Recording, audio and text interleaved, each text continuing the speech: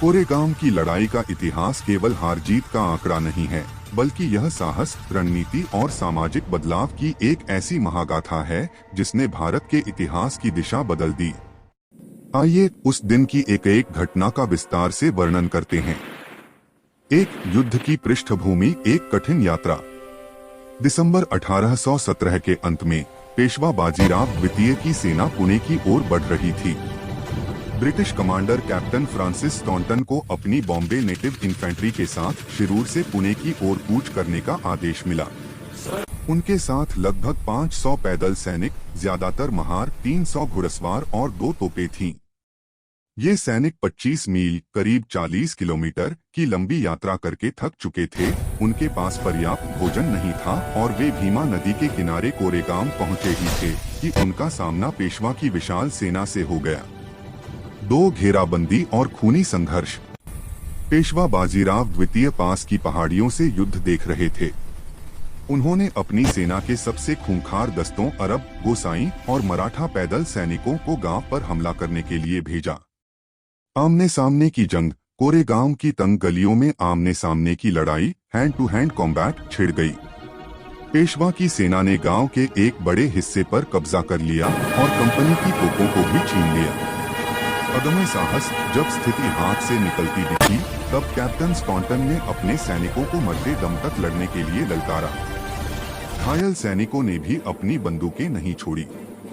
उन्होंने अदम्य वीरता दिखाते हुए अपनी तोपों को वापस छीन लिया और पेशवा के अरब सैनिकों को पीछे धकेल दिया। 3 प्यास और भूख की परीक्षा।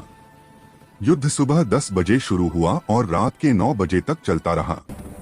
सबसे बड़ी चुनौती पानी की थी। भीमा नदी सामने थी, लेकिन पेशवा की सेना ने उस तक पहुंचने का रास्ता रोक रखा था। सैनिक प्यास से दम तोड़ रहे थे, लेकिन उनकी हिम्मत नहीं टूटी। इतिहासकारों के अनुसार ब्रिटिश अधिकारियों को भी लगने लगा था कि अब अंत करीब। 4 पेशवा का पीछे हटना।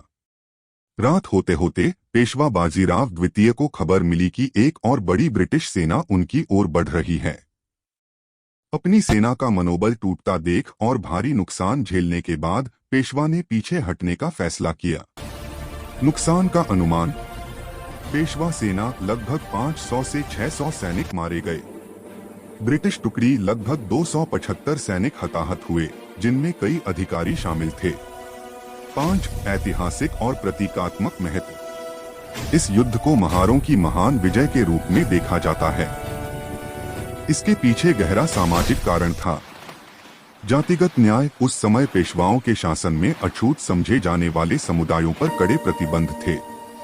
इन सैनिकों के लिए यह युद्ध केवल अंग्रेजों के लिए लड़ना नहीं था, बल्कि उस व्यवस्था को चुनौती देना था जिसने उन्हें सम्मान से वंचित रखा था।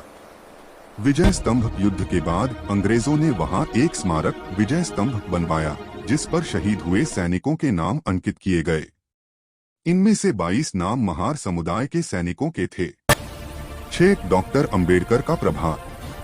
1 जनवरी 1927 को डॉक्टर B.R.